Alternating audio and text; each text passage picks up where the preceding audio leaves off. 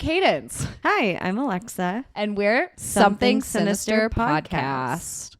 Woo. Ooh. We are back. It's spooky season. It is. Wait, the when is best the actual season. first day of fall? I think it's the 22nd Of of September. Ooh, Yeah, I think. that's exciting. Yeah. I don't know I anything. think it is the 22nd of September. I don't know. I think it's coming up this week. Yeah. Okay. But yeah, we have like 90-degree days. Yep. Literally today through, I think like Wednesday. And then Thursday, it dips down to like 73. So I wonder if Thursday is the first day of fall. I don't know. I'm just sick of, honestly, summer. Yeah. But I also don't want to be pale. Well, that's I'm what already pale. self-tanner is for. Like, let's be honest. Look how the difference in my arm and my face is drastic. It is not okay. Yeah, I know. I don't like being pale either. I think like everyone looks better when they have a little bit of a glow or a tan. When I am at my palest, Yeah. it has happened numerous times that my Nana will be like, "Are you sick? Are you sick? No, You Nana, okay? I'm not sick. I'm just pale. I look like I'm disgusting. sick because I'm pale. I'm just a troll." Right. So we do have one story. We had an anonymous fan. I'm gonna generously call them a fan. Reply to our dark Disney episode where we talked about some of the spooky stories of Disney and the deaths at Disney. Oh my gosh. And they did say that Disney does have a lot more deaths than what they report, but implying that a lot is covered up, which I think we said that, a million times in the episode, and a lot of them are natural cause or like acts of God, like heart attacks and things like that. But yeah, I was quite surprised by that. Like to know that a lot of people go into like cardiac arrest or heart attacks or strokes or whatever. It's so exciting to be there. I guess they're just so excited. And that'll be end me. up Death dying. by Disney. I can't wait. But they told a story about another haunting that was interesting, and it was on an attraction that I've been to, and that's Mickey's house. So this only exists at Disneyland now, but they have like a makeshift Mickey and Minnie neighborhood, and you can walk through Mickey's house, and there's all these different scenes, and one of the final scenes is Disney in his Fantasia or Mickey in his Fantasia era. So it's Sorcerer Mickey, and I remember meeting him and bawling my eyes out. There's definitely a picture of it, but in that room, there's the magical broomsticks that appear to be dancing or just around the room. And they were telling the story that there was always the rumor of a little boy named Timmy who would haunt Mickey's house. And this little boy a different little boy, not the dead one. This boy, the alive one, goes up to meet Sorcerer Mickey. And they said, "There's a boy standing in that corner. There's a boy over there." Yeah, he's like, "Who's the boy back in the corner?" That's what it was. And they're like, "What everybody boy?" turns to look. No one sees it. And No. I got chills listening to the story. I did too. I mean, can you imagine seeing little Timmy? No. I know. You would I probably cannot. pass out. You would pass out and like piss your pants I at would the same be time. part of the people who have a heart attack at Disney. I would there. be part of the statistic. Yeah, but your heart attack would be because you saw Timmy. Yeah. Not because you were Timmy. excited. Oh, Timmy. So yeah, that is wild. Yeah. I mean, it's just crazy to think about how continue to send in your stories. Yeah, we love like ghost stories like that. I mean, use love very lightly. Cadence loves it so much. I'm obsessed. She like dreams about it. Yeah. Yes. Yeah, that's accurate. That's pretty accurate. So that's all the news that I had. I thought that was a fun story. Such a fun story. I loved everything about it. All right. So before we get started, our Something Spiked. Yes. I made tequila soda with pomegranate. Cheers. It's almost what our margarita. I'm drunk already. I've already had 7 of these. Murder margaritas were made out of. Yeah, the pomegranate juice. So good. Delicious. So good. Okay, so let me read our disclaimer and then we will get started. So our videos and podcasts are for entertainment purposes. All information discussed was found on the internet. Keep in mind, we will talk all things sinister that may not be suitable for all audiences. Viewer and listener discretion is advised. Whoop, whoop. We are talking about, I don't know if you know this story, and I hope you don't, Richard Angelo, aka the Angel of Death. Angel of Death is what is sounding familiar to me. There are a couple of Angel of Deaths, like not just him. Okay. So, yeah. Okay. I don't know if you know this story, but I hope you don't. So, drinking word? Yeah, so drinking word. Let's do patient. Patient. Yeah. Okay. Yeah, let's do patient. Okay. So anytime you hear the word patient, take a drink. Patient. Patience. No, not patiently. Like, no, like I know, a like a medical patient. patient. I assumed. Like a person. I assumed we were going to be saying like he was a patient man. Yeah, like consistently a person. Throughout the episode. Oh okay, my gosh. Oh my gosh. So Richard Angelo is a serial killer who attempted to kill at least 35 people in 7 months in Long Island, New York, back in 1987. Ooh. Yeah. Okay. Up to 35 people Okay. in 7 months. So we are still in Virgo season. And I think we've already kind of gone over this article from Cosmopolitan by Stephanie Campos and Erica Smith, but I just had to like add this in here again just because it's so it was perfect. Fitting. Yeah, for the story. Virgos are meticulous and systematic. They live for patterns and routine. Serial killers tend to commit acts that follow a characteristic, predictable behavior pattern as well. Also, Virgos are very good at cleaning up after themselves. They line up by Kelsey McConnell saying, oh, wait, sorry. I messed up my Reading notes. is hard. Yeah, very hard. Anyway, another quote says by Kelsey McConnell says Virgos are planners and they use logic-based strategy. They know how to apply their organizational skills to caretaking, but their analytical minds make for sharp criminals. So both of those, quotes from those articles are just absolutely crazy whenever it comes to Richard Angelo. Okay. And I just thought it was so fascinating because it says like they apply their organizational skills to caretaking. Yeah. And you're going to hear about that. So I'm assuming this guy works in the medical field. Yes, he does. So Richard Angelo was born August 29th, 1962 in Long Island, New York. He was an only child and his parents were both teachers and apparently really good parents. So, you know, it said that he had a very normal childhood, but one thing as a child that his parents noticed was that he consistently wanted to be praised for good behavior. So anything good that he did, he was wanting like mom or dad to say, "Oh, good job, son." Something like that. Yeah. Kind of narcissistic. A little narcissistic. Okay. But apparently it's something called hero syndrome. Oh. Yeah. I didn't even know that like that was a thing, but apparently it's like wanting acts of heroism and wanting praise for heroism. Which is just weird. But keep that in mind throughout this entire story. I mean, we're going to hit on that a lot. Because he just became like obsessed with it. Yikes. So continuing as a kid, you know, he was an Eagle Scout. He volunteered a lot. He was also a volunteer fireman, in high school and shortly after high school. And he was well liked by his neighborhood and by people at school. Like he had a lot of friends. He was very fun. He was outgoing. The neighborhood, even like he was kind of like the errand boy wherever he lived. His neighbors say that like he was very helpful. He would help them take out the trash, like the elderly, stuff like that. So like he was a really good like kid and good person as a young adult. But again, it said that he consistently asked for praise. Yeah.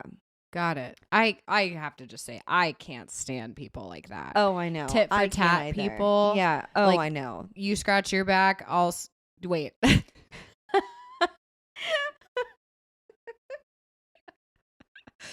I'll scratch your Okay, I'll scratch your back if you scratch mine. Okay, that's what it is. Okay, wow, I just had a mini seizure. Okay, well, and it's like, don't do something out of like kindness and out of the good of your heart and expect someone to be like, oh my God, thank you. Praise. Thank you so much. You are a welcome. godsend. Thank you. No, but seriously, that drives me crazy as well. So, any good act that he did, he consistently asked for praise by others. It started becoming an obsession to him whenever he did get a little bit older. The praise became an obsession? Yeah. So he would so weird. Forcefully do things to get recognition or acknowledgement, like hoping he would get that attention. So it makes you wonder, it's like this was clearly a learned trait as a child. So it's like, what was lacking in his childhood? Well, and it sounds like do we know, did his parents go along with it? Were they there wasn't a lot. Like, his parents really never talked after he got arrested or anything like that. There was one story that I read, and I found it on Reddit. So I don't know, it's got to be true. Yeah, right. It's got to be true. But somebody was like, oh, yeah, my grandma said that, one time he offered to take out the trash, for her. And whenever he got done taking out the trash, he was like, oh, are you going to tell me thank you? Ooh. And she's like, I already did. I told you, I'm going to tell you to fuck off if you talk to me like that again. Right. And so, just little things like that was just kind of inappropriate. It's weird being obsessed with the praise, in my opinion. It's kind of it's not even, hey, I took out your trash, you come take out mine. It's you need to say thank you. Yeah, you need to say thank you. And what a good person I am. Right. Which is crazy. So, after high school, he ended up going to New York State University to study nursing. He was a very smart man too. Very smart, very good in school, especially in nursing school. He got straight A's and was on the dean's list each semester. So yeah, 4.0 GPA, never miss a day. Sounds like me. Very right. Exactly like Cadence. I actually was on the dean's honor roll list. I believe it. You also tell me I'm great. You're great. You're also so smart. So smart. Anytime I have a question, I call and I ask her. Especially if it's technology related. She is like a dictionary. Okay. Not any Emphasizing on the word dick. Not any dictionary you guys have ever read, but I am a type of dictionary. So he graduated nursing school as an RN in May 1985. Hell of a year. Hell of a year. Hell of a month, May. Yeah, the best month of all of them, May. Debatable.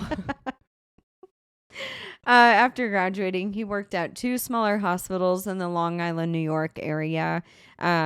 Once as a nurse in a burn unit and then another as a nurse in the ER unit. But he then moved to Florida with his parents. He was only there for a couple of months, didn't really care for the Florida vibe. So he came back to Long Island, New York. Ended up getting a job at the Good Samaritan Hospital in Long Island. Of course, working as an RN nurse. And being a new nurse, he obviously had to work the night shift because he's new. He doesn't, he hasn't been there for a while. So he worked the night shift in the cardiac unit in that hospital. And a lot of his patients, unfortunately, were in intensive care within that unit. So keep that in mind. Lots of trauma. Throughout the story. Lots of trauma. And I mean, a lot of, his patients could have, and I said patients earlier, so we have 2 drinks, but a lot of them ended up dying due to illnesses or cardiac related deaths, but some it was kind of planned. I knew this was going to get bad at some point. Right. So it's also said that a lot of people complained about that specific night shift. I did read and read it that hospital is haunted. Oh, the shit. Good Samaritan Hospital. Now, of course, again, it was on Reddit, so who knows if it's true? I believe it's true because what hospital isn't haunted to some extent? Haunted. I mean, people die in hospitals, so yeah, So 100%. obviously they're haunted. Duh. We were actually talking about this at work today about people who like to go thrifting. Yeah. And I love to go in and out of thrift stores. And occasionally, like, I might buy a t-shirt or something here and there, like little items. But when it comes to non-clothing related things, I was like, anytime I walk into a thrift store or an antique store, I'm like, haunted, haunted, haunted, haunted, haunted as I look at these items. And even if I found like a vase or something that I liked, I'd be like, okay, but what's attached to it? Really? Yeah, I don't know. Something about I don't mind it. I love the idea of thrifting. And obviously I'm huge into, I shouldn't say obviously, I'm huge into Facebook Marketplace stuff. Like, she is. Like recycling clothes. But there's something about like buying someone's like used fork that I'm like, okay, I wouldn't buy a used or like a fork. mirror. Yeah, I mean, I have or a lot telephone. of thrift stuff. Yeah. That would scare me. Yeah. Just because you don't know. Yeah, I mean, I guess you don't know, but anyways, you're like hoping for the best. But yeah, you're like, a dead person at one point has definitely touched this. Well, they weren't dead when they touched it, but you don't know that. Yeah. Where's my phone? And that's why Pops up out of the grave. No, they're being like lowered into the ground. And they're like, wait, take my spoon. Yeah, take my spoon. Give this to Cadence. Take this to Goodwill. Hurry, she's on her way. But yeah, the Good Samaritan Hospital, people said that it was haunted. And so a lot of people complained about working the night shift because they're like, a lot of shit happens and we don't want to work it. But Richard didn't mind it. He's like, it doesn't bother me. You know, whatever. If it's haunted, then it is. And, you know, his coworkers said nothing but good things about him too. So like talking about his character, like we hear that he was a good kid other than being a little narcissistic. We hear that he's a good coworker. They said he's very calm, handled stress really well, highly competent, and they thought of him as a really well-trained nurse. They're like, wow, he's only been a nurse for 2 years. And it's impressive. Best. Yeah. We should go tell him. Right. So he doesn't freak out. Right. So he doesn't freak out. Well, yeah, he didn't get the praise that he needed. So he got creative. He thought that he was more experienced than he truly was as well whenever he was a nurse. So, again, still looking over, like obsessing over this praise that he's getting. So, you're going to see what he decides to do. He decides to save lives. Okay. Yeah. Save lives. Yep. Isn't that what he's already doing? As an RN? Yeah, a little bit. But he wants to be like vigilante save lives? Like he wants to get the recognition of saving lives. Okay. You don't really get that as an RN. Well, he's going to try. Okay. So, he starts injecting his patients. Good job, buddy. He starts injecting his patients with drugs where the patient would go into some type of critical condition like cardiac arrest or a coma. He would then rescue his patients by showing his coworkers that he was the best nurse from the job and could revive them. So because of this, he would impress his coworkers and they would give him I get it. The validation and the praise that he craved. Yes. So he wasn't looking to find someone with cancer and be like, I'm going to cure their cancer and I'm going to get... No, he was like, I want someone on the brink of death and I'm going to save it. Got it. Okay. Yep. Exactly. Wow. Well, that's one way to do it, I suppose. Right. Right. Crazy. He got creative because he wasn't getting the praise that he needed. Yeah. He's like, okay, my coworkers like me, but they're not telling me how good of a job that I'm doing. So I'm going to try to kill people and then bring them back to life, pretty much. So in 1987, this is the same year that he was hired because, again, he tried to kill 35 people in 7 months. Yeah. 7 months. 35. He injected a man named John Fisher. He tried to rescue the man, John, but unfortunately John died. So he just straight up murdered him. Straight up murdered him. Got it. But he was doing the same thing that he had done, to his other patients prior. He would inject them with a substance, and then he would make sure they would get into like a coma-like state or a cardiac arrest state and bring them back to life. Jesus. Where they would live. They were like, this guy just came in with a broken arm. How did this happen? No, he worked in the cardiac unit. So, intensive care. So, these people were... Got it. Sicker than... I was just thinking like... arm. But yeah. ICU. Yeah. Which intensive care unit? Yeah, isn't a good unit to be No, in. but you can have other issues. Right. Yeah, but he was in the cardiac intensive care unit. Got it. Come on, Cadence. My entire family works in the medical field. They are going to be really ashamed of you. Yeah, they should be. I mean, they're ashamed of me already. No, it's okay. Sometimes remember, she already said she's drunk, so it's okay. So because John died, he failed to get the praise and the recognition. So what does he do? He does it someone again. else. He does it again. Nobody looked into why this happened to this guy? Not at this time. Okay. Yeah, not at this time. So it's said that he poisoned at least, again, 35 people. And one of his patients was a 73-year-old man named Girolamo Kusich. Geronimo. Girolamo. Girolamo Kusich. And this was in October of 1987. Girolamo was feeling funny after receiving an injection from Richard. He called for another nurse. That nurse ended up saving his life. She gave the man a urinalysis and took labs of his blood and found a drug called Pavulon in his system. Oh, shit. Yeah. So Pavulon is a neuromuscular blocking agent that's often used to provide skeletal muscle relaxation during tracheal intubation and surgery. So, oh my God. So no business being in this man's body. No business being in this man's body. So Girolamo was not prescribed this medication or any medication anywhere like near that type of medication. Wow. Well, where was he to help him? The guy just like put on his call switch and just another nurse came. Yeah. He yelled for another nurse after Richard left. Got it. Yeah. Got it. So, Richard ended up being arrested for assaulting this man because he was the person that matched the description that Girolamo gave the police. Wow. Right. Girolamo said he was a heavyset man with a dark beard and glasses. So the cops came in. They're like, "Yep, it's Richard. We are going to arrest him. He is our suspect. He's the man that did this to you." Oh my!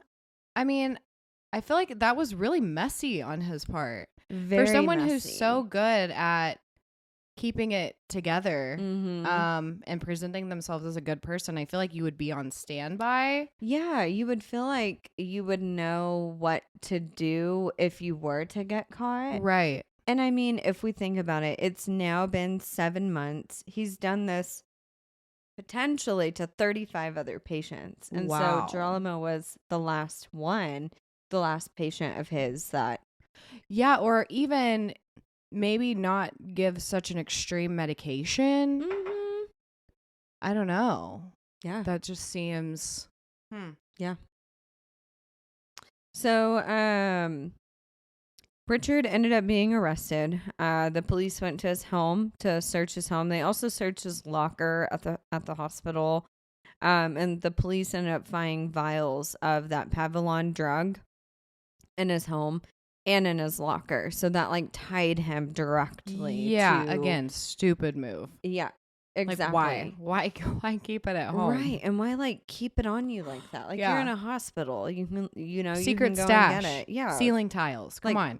Yeah, the bathroom, the janitor's closet. Yeah, just somewhere other than at your home and in your personal locker.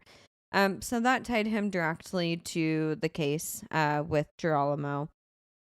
Whenever he was arrested, though, he sang like a canary. Like there was no ifs, ands, or buts about it. He's like, yep, I did it. I'm confessing. I What? injected him. Yep, I injected him, and I injected other patients, not only with Pavlon, but with other types of medications that were very similar to Pavlon. So at this point, Geronimo was the last one, and he lived. He lived. First guy died. Yeah, everybody in between, we don't really died. know, yeah, right? We're going to talk about it. Oh, okay. But yes, so Geronimo was the last patient of his. Okay, and got he it. lived. Thank God. Great. Yeah. Okay, and he was in there also for cardiac issues, and okay, cool. Yep. Well, peace and blessings. I hope he made a full recovery. Right? Seriously. So, the police and the medical director of the Good Samaritan Hospital decided that the 30 most recently deceased patients they were going to look into at Good Samaritan Hospital, because they're like, okay, all 30 of these patients died under care of Richard. So we're going to look into this death and we're going to actually see what happened. So they decided to exhume the bodies. Holy shit. Well, and two, are you getting into the people who survived under his care? Because technically they could look at every patient that he treated, dead or alive, and be like, who had complications? Right. So and those people could go back and sue and shit. Yeah, and a lot of this information was unfortunately on Reddit. So a lot of it you don't really know if it's true or not, but we'll get into some of that. Okay. So they exhumed the 30 most recent, deceased patients of the hospital. Jeez. And it wasn't just the 30 most. It was like, okay, that Richard took care of, or that, had some sort of questionable death in some way or whatever. They tested all of the patients, all the deceased patients, for those drugs, for the Pavlon. Another drug was, I forgot what it was, but injecting. So similar type neurological blockers. Detectives had determined that Richard injected at least 35 people that they know of. And there were at least 10 deaths out of the 30 that they exhumed the bodies of.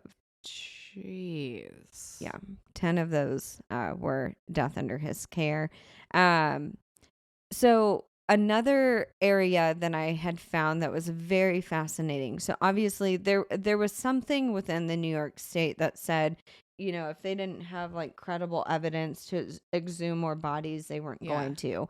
There were also a lot of the patients' families who were like, no, we're not giving you permission to exhume their body. Why? Because they've already died. They died a traumatic death. Maybe they had a heart attack. Maybe they went into a stroke or whatever the situation I'd be like, was. yeah, dig them up. Yeah. Like, let's see. So I read that, I want to say it was over like 40 patients' families like declined them from exhuming the bodies. I guess maybe like a religious thing, like disturbing the dead. The peace. Yeah, I don't know. I don't know either.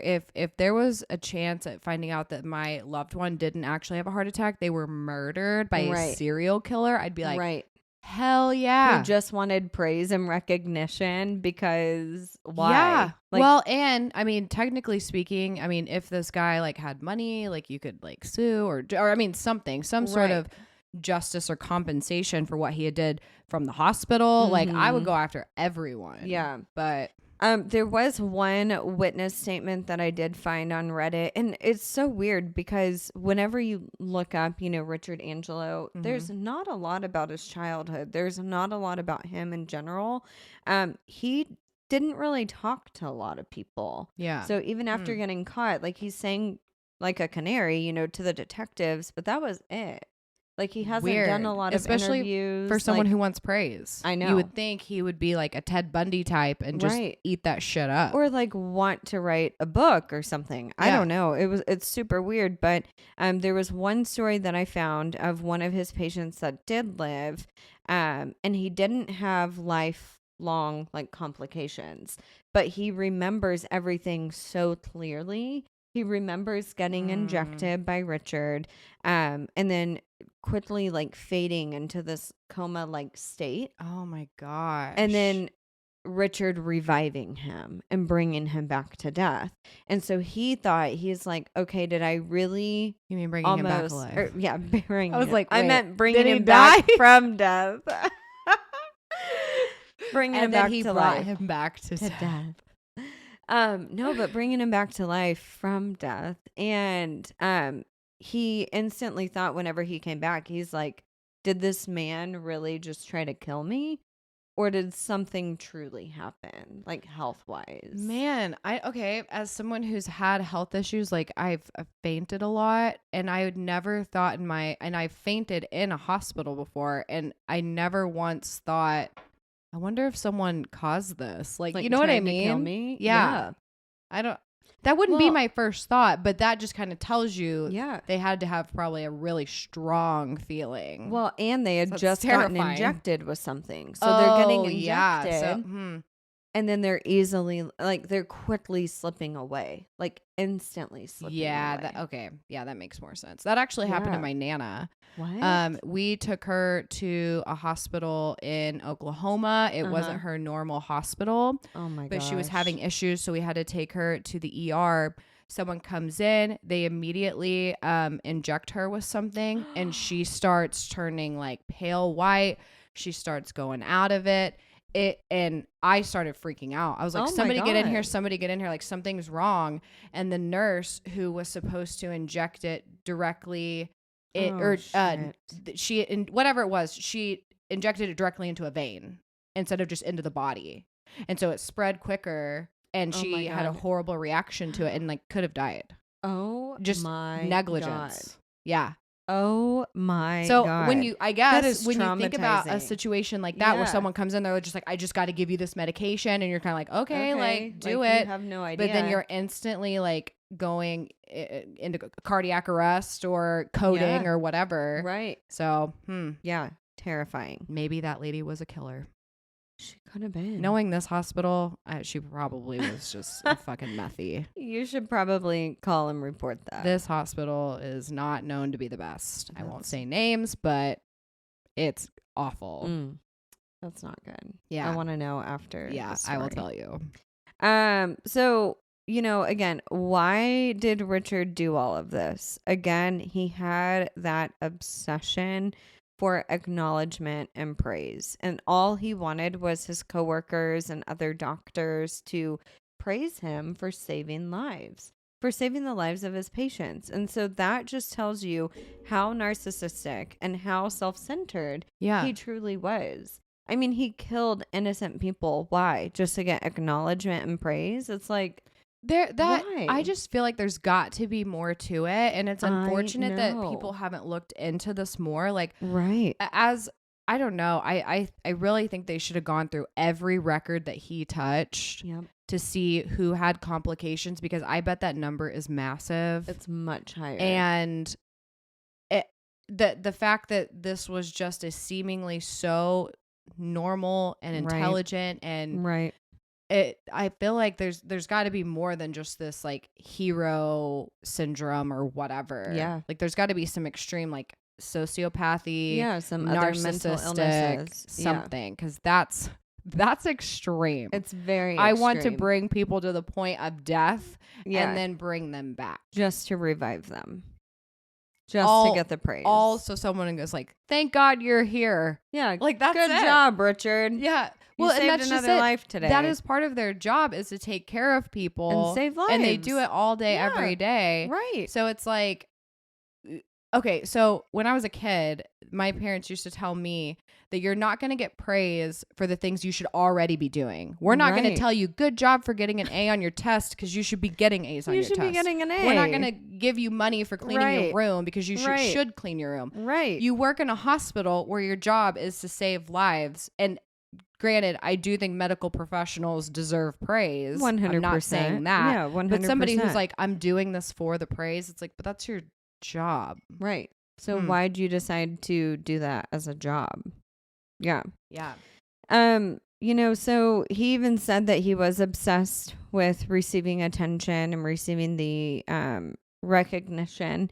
He said also that he would inject his victims, wait till they started to go into cardiac arrest, and then save them with an audience around. So hey guys, get in the room. Come on in. Here, watch this. I'm gonna save John's life. I'm gonna Narcan him. Watch. Yeah, I know. What? So yeah, it's wild. I mean, he said like he would wait until his other like coworkers would come in because these people are coding, like they're dying. So doctors are in, whoever's in, and then he would save their lives. He also said, quoted, "I wanted to create a situation where I would cause the patient to have some respiratory distress or some problem. And through my intervention or whatever, come out looking like I knew what I was doing. I had no confidence in myself. I felt very inadequate."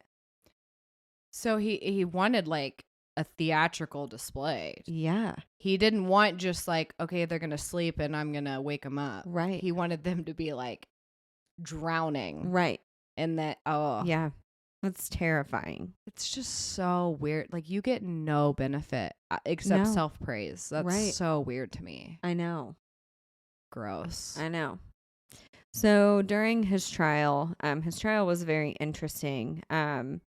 His attorneys tried to say that he had dissociative identity disorder. No. Yes, they did. No, they did not. They fought this. With zero trauma in your life, with zero childhood trauma. Mm-hmm. No. Yep. They said that he was able to dissociate himself from the crimes he committed and the harm that he had caused his patients. Oh. So that was their fight. Because they literally had nothing else. Right. They had nothing. You could have pulled this guy was a psychopath. Yeah. You could have pulled like, and we're getting ready to talk about this in the next episode. Like this whole pleading insanity thing. Right. Like being a sociopath is on the list of mental illness. Like 100%. You could have at least said that, or he has like psychosis of some kind. Yeah. But to plead DID, absolutely not. Yeah, because he dissociates himself from his patients. Like, shut up. No, he just has zero empathy or sympathy. Yeah. That's, no. So his attorneys truly believed this because Richard passed all of his lie detector tests about him murdering his patients. Like if they said, "Did you intentionally kill John?" he would say no, and he would pass it. Because he didn't. He wanted them to live. He wanted them to live. Yeah. So they thought that he was telling the truth and that because of this, he had DID. So is that they went through with that? No. Oh, No. I was like, thank about God to break the this mic in judge. half. I know. Thank I was God. about to snap your neck. I was about to inject you. Yeah. No, the judge dismissed all of this. He was like, "Nope, I see right through this." Thank God. Yeah, I see right through this. No, he is a criminal. So finally, 2 years later, December 1989, he was found guilty of only 2 counts of murder, 1 count of manslaughter, and 1 count of criminally negligent homicide. He was found guilty of assault charges with a deadly weapon, aka the drugs. So in the end, he was only charged with 4 counts of murder, even though the evidence and the bodies exhumed are a minimum of 10. Oh my gosh. Yeah. And does that all come back on the families not wanting the testing? So there were some of the families, even out of the 10, that didn't want to pursue the charges because they did not want to have to testify in court. And because, their parent or grandparent or whoever, their death was traumatic or, whatnot. Man. Which I get. But we talked about this in the last episode. It's like, if you have enough evidence, why do you need their testimony? Right. To if go those through with patients that was found in their body and they have records that say that this guy treated them, why does the family have to say, Yes. Yep, that's Uncle Joe. Right. Yep, Like he was they at that weren't in the hospital when Yeah. Richard was injecting them. So what makes them I tied to this case? Yeah, that doesn't make any sense. You have everything in the world that Yeah. points to this guy, and he's Right. admitting it. He's admitted. He's fully He admitted already said it. that he did. He said that confessed. Yeah. So Right. I don't know. So January 25th, 1990, he was sentenced to life in prison, and he was only 27 years old at this time. What? Oh my gosh, I was picturing like a 45, 50-year-old man. No, remember, he was only a nurse for 2 years before he got in trouble. Oh my God. Yeah. Yeah. So, and he will become eligible for parole in 2049. Oh, so at that time, I mean, we won't be dead, but maybe at that time he will be 87 years old. If he lives He'll be that dead. long. Yeah, he'll probably die in Yeah. prison. Yeah, thinking back on Crazy. it. Wait, what year was he born? 60 something. 1962. Yeah. Wow. Yeah. Yeah, he won't make it that long. No. I wonder what he's like in prison. Like, does he Yeah. need praise still? Probably. Who knows? Man, I can't believe I no one know. has or how. Did you see if there were any like documentaries or books No, or anything there about aren't him? any. Wow, Mm-mm. that is There crazy. was a journalist that wrote about him. He had written her back and forth like letters and a couple of phone calls, but it wasn't like interesting.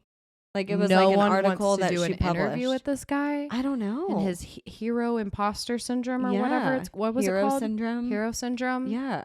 I thought it was super interesting that I couldn't find literally anything. Well, and the medical thing is like a trending Mhm. section of true crime with like Dr. It Death is. and Yeah. who was that other guy we talked about? The one that was overseas. He was one of our first Oh. episodes. Yeah, wasn't he in like the UK? In or fact, something? I think he was also called Dr. Dr. Death, Death. but he wasn't the one from the Wandry story, the one that Right. was in Texas. Right.